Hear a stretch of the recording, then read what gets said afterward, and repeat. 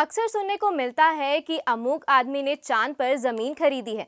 कभी सुपरस्टार अभिनेता शाहरुख खान का नाम तो कभी सुशांत सिंह राजपूत का नाम चांद पर जमीन खरीदने वालों की सूची में पढ़ने को मिला है।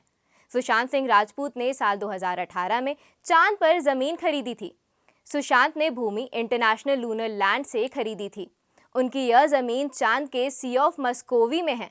उन्होंने यह जमीन 25 जून 2018 को अपने नाम करवाई थी। इसी कड़ी में एक और नाम सुर्खियों में आया।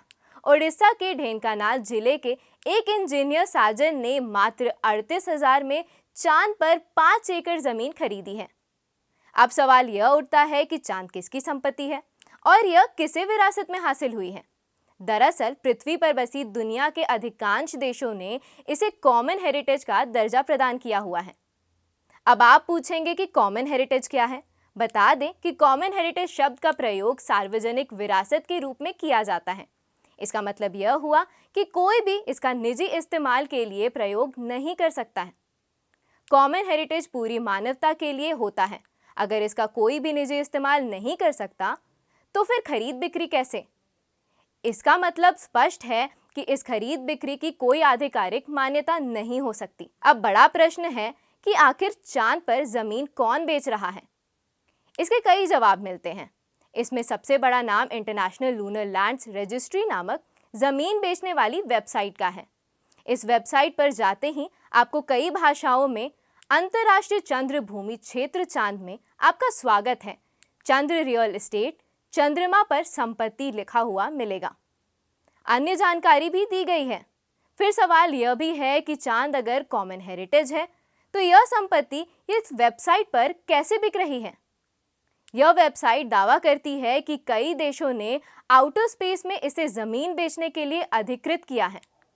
भारत समेत लगभग 110 देशों ने 10 अक्टूबर 1967 को एक समझौता किया था, जिसे आउटर स्पेस ट्रीटी के नाम से जाना जाता है।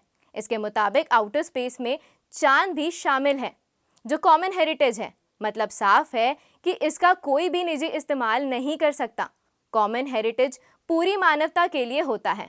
आउटर स्पेस ट्रीटी औपचारिक रूप से चंद्रमा और अन्य आकाशीय निकायों सहित बाहरी अंतरिक्ष की खोज और देशों की गतिविधियों को नियंत्रित करने वाली सिद्धांतों पर एक संधि है।